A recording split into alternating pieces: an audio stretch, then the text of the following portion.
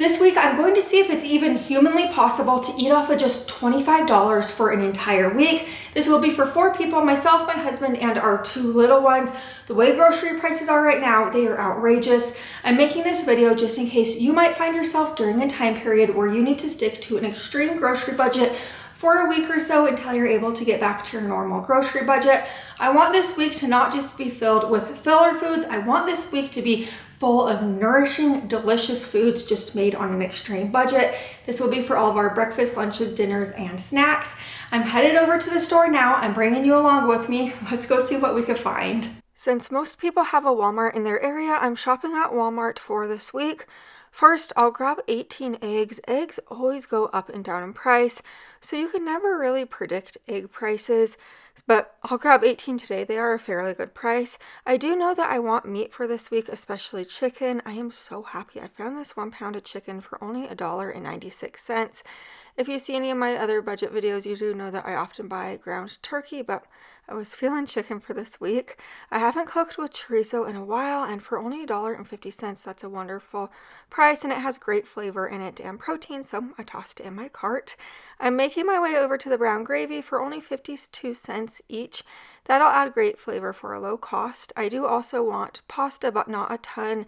Down the Mexican food aisle, you'll find these little bags of pasta for only about 50 cents. Also, I do want some peanut butter. It's great to snack on, so I'm grabbing this creamy peanut butter for this week. Also, grape jelly adds a lot to random dishes, so I'll throw it in my cart. Pasta sauce has been going up in price recently, which is wild.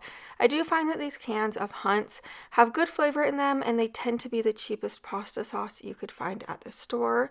Also, I'm grabbing not 1 but 2 loaves of bread for this week. We do go through bread pretty quickly in my house. I'll grab a big bag of frozen mixed vegetables. There's a good variety of veggies in this bag. I'm also grabbing a bag of frozen broccoli cuts, and I'll throw a zucchini in my cart as well. Here's everything that I'm picking up today to stay in my budget: 2 loaves of bread, 1 zucchini, and then I have 3 apples that I picked up. These are huge apples. Peanut butter, 5 pounds of potatoes. Those will go a long way. My pasta shells along with my Hunt's pasta sauce. And then I have my frozen mixed vegetables, my onion along with my eggs, and then I have my brown gravy mix. I have 2 of those packets along with grape jelly, pinto beans, and then I have my chorizo, chicken, broccoli. And now let's get home and let's see what we can make for this week. For breakfast days 1 through 5, we're having this breakfast casserole. This is a chorizo egg breakfast casserole. It is mighty delicious. Just start out by cooking up your chorizo in a pan on the stove, and then grab 1 potato. I'm just using 1 of the potatoes from the bag, and I'm going to just wash it and cut it into smaller pieces. I love making big breakfast casseroles like this earlier in the week, and then just having it for a few days or about 5 days, basically until we eat all the breakfast casserole for breakfast, just because all you have to do is reheat it in the microwave. It makes it so easy for busy mornings. So after I am through cutting up my potato into super small pieces, also 1 potato does go a long way. You have to trust me. You want to grab a bowl and then add about 10 eggs into your bowl.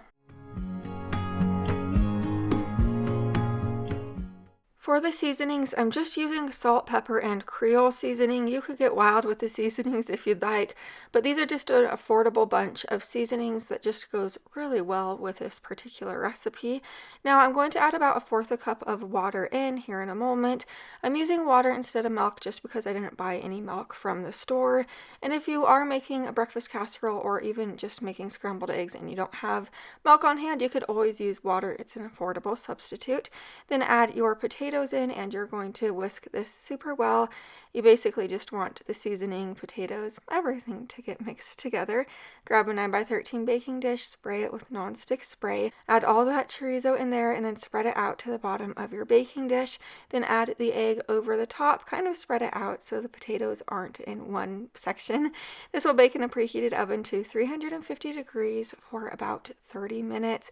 You just want that egg to be completely cooked through. The way that I'm stretching this so far for 5 days for breakfast for us is serving this with apple slices on the side.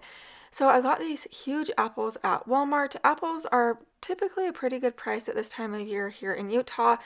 I just like to buy fruit in season. Typically when you do buy fruit in season, it is on sale. So these apples were a pretty good price. They are super crispy apples and they were super hard to get through the apple slicer, so I did have to ask my husband for help cutting it through the apple slicer. Like I was telling you, to stretch this breakfast casserole for days 1 through 5, we're just serving it with a small amount of breakfast casserole, but with some apple slices on the side with peanut butter.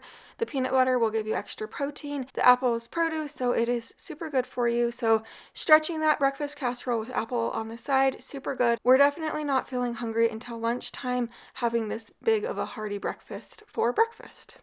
For days 1 through 5, I decided we're going to have peanut butter and jelly sandwiches. You can't go wrong with a peanut butter and jelly sandwich. But for 3 of the days, so the first 3 days, we did have these PB&Js with a side of steamed broccoli. I just steamed the broccoli on the stove.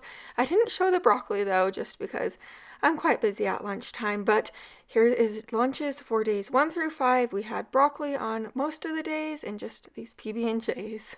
For dinners, days 1 through 3, we are having this loaded shepherd's pie. The shepherd's pie is so filling and it makes for a ton of food. I have about 8 russet potatoes. I'm just cutting into smaller pieces. I didn't peel the potatoes at all. Just eating the potato skin adds extra fiber, iron, potassium, and antioxidants. It's super good for your diet, so I just figured I'll leave the skin on for today. Added those to my Instant Pot, and I'm just added in a cup of water. I'll cook these potatoes for about 15 minutes, and then I'll eventually make them into mashed potatoes. But to this pan on my stove, I added in my ground chicken. I'm using this entire 1 pound of ground chicken for this recipe. Cook up your ground chicken at this point. Now add in about 1/4 of that onion that we got from the store. Just dice it up. Also add in our 1/2 bag of frozen mixed vegetables. I'll save the other half for another recipe. Then add in a packet of brown gravy. That brown gravy will just add so much flavor and great texture to the shepherd's pie. Add in 1 cup of water and you're going to give this a stir. Let it simmer on your stove for about 5 minutes. You want the sauce to thicken up a bit, kind of like a gravy. This is how you know it's done. It will be smelling so good at this point. Grab a 9x13 baking dish, spray it with nonstick spray, then add your shepherd's pie filling right in there. Spread the filling out just so it's not in one section, and then we're going to work on the mashed potatoes. For the mashed potatoes, I know typically you add butter, milk, you could add garlic, you could do a bunch of herbs to your mashed potatoes, but for this shepherd's pie, since that filling is going to be so flavorsome, I just removed all of the liquid from my potatoes that I steamed, and then I added in about 1/2 cup of water. Just mash those potatoes up. I mashed mine with my electric hand mixer. I did add salt and pepper in there. I just didn't happen to show me adding it in. Add all those potatoes to the top of your shepherd's pie. Spread them out, and there you go. Bake this on 350 for about 20 minutes. Since everything's cooked through, you're basically just cooking this together for a little bit so the flavors merge. The shepherd's pie is so delicious. It is so filling. All those delicious mashed potatoes on the top are very filling. This is nutrient rich with all those veggies in there. You have the chicken. Potatoes are surprisingly good for you. This dinner fed us for 3 nights, and I was just so happy about that because we just reheated it in the microwave. Easy dinner on an extreme budget, but it actually doesn't taste like it's made on a budget at all. For breakfast days 6 and 7, I started to run out of food, but it actually turned out just fine for breakfast. This breakfast turned out really good. So I'm just boiling up the rest of my eggs, which I have 9 eggs left. I like to batch cook my boiled eggs when I do make boiled eggs, just because you could keep them in your fridge and then just crack one open for breakfast basically whenever you want it. So I just boiled up my eggs, and now I'm going to strain them. And then for my boiled eggs, I like to add a ton of ice into the pot after they're through cooking, and then just leave them there for about 5 minutes or so, and then that makes it so the shell comes off super easy. We are serving our boiled eggs over a slice of toast for breakfast, and as you see, the shell comes off super easy. I do also like to put a spoon around the shell. My mom taught me this trick years ago, and it really helps get the shell off. Just like that. We served our toast with a little bit of butter on the toast, and then the sliced egg, and then we did it with a little bit of salt and pepper, and that is quite filling, especially for breakfast. Lots of protein from the egg, and the toast is so good with a little butter like that. Just a yummy, simple breakfast for 2 days. When I do make my pinto beans for a week, I do like to prep them ahead of time, and I like to just prep them all at once. It makes it really easy because Then all you have to do is reheat your pinto beans throughout the week. Your pinto beans will last in your fridge for about 5 days, and then I like to freeze them after that in portions. But right now I am just looking through my beans, and I am going to rinse them to clean them in my strainer. I do recommend doing that. And then I'm cooking mine in my Instant Pot, so add your beans right in there along with 6 cups of water. I've gotten some requests recently to show how to make pinto beans in the Instant Pot, so that's why I'm doing them in the Instant Pot today. For the seasonings, I'm doing paprika, garlic powder, chili powder, oregano, and chili flakes. Those seasonings are very good with pinto beans. I do often like to add a bay leaf. I was just all out of bay leaf, so I'm not adding one in for today. I'll cook this on high pressure for about an hour and 15 minutes with at least a 20-minute natural release in the end. You'll have super soft, delicious pinto beans in the end like that. If you don't have an Instant Pot, you could always cook your pinto beans over the stove. Let them simmer for about 3 hours or so on a low heat until they become super tender and delicious. But don't these pinto beans just look so good? They actually really smelled good too. For lunches days 6 and 7, we are having toast with beans on the top. I actually had a subscriber tell me over in England they have toast with beans all of the time for lunches. They also have it for breakfast. So that's what got me thinking beans and toast, and this was scrumptious. Those beans have a lot of flavor in them, and then over the toast was just spectacular, that like crunchy toast.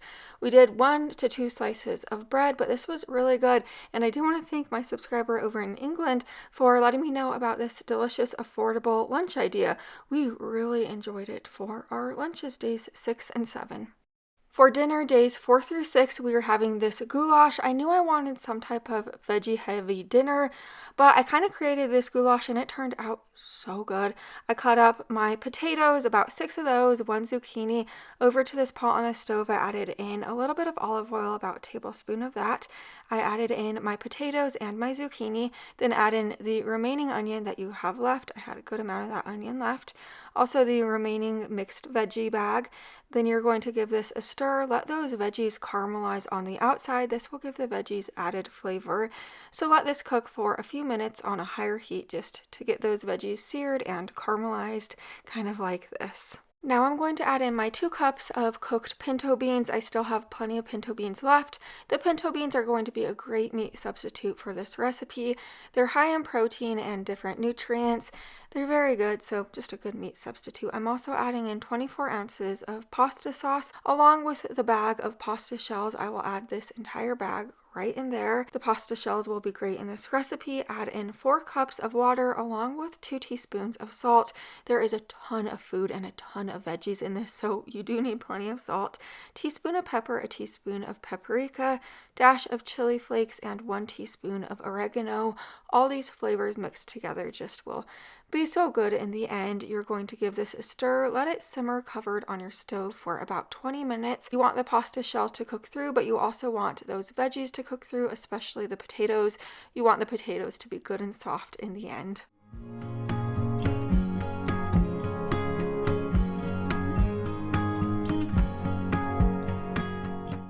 Here's what it looks like once it is through cooking. This goulash turned out so good. Definitely probably one of my favorite meals out of this entire week. It was just bursting in flavor. That zucchini was delicious. I've been loving zucchini recently. Just such a good, simple dinner packed full of so many different nutrient-rich veggies. And then for dinner on night 7, we did still have this goulash left over. We had a little bit of it left.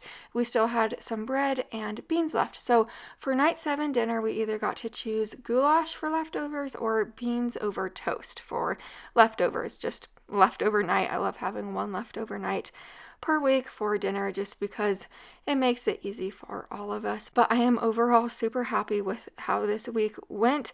I do wish we had more snacks and more produce throughout this week, but living on an extreme budget, $25 for the whole week, it did turn out better than I actually expected in the beginning of the week. I would love to have you over here, so make sure you're subscribed so you don't miss the next video like this. Bye for now.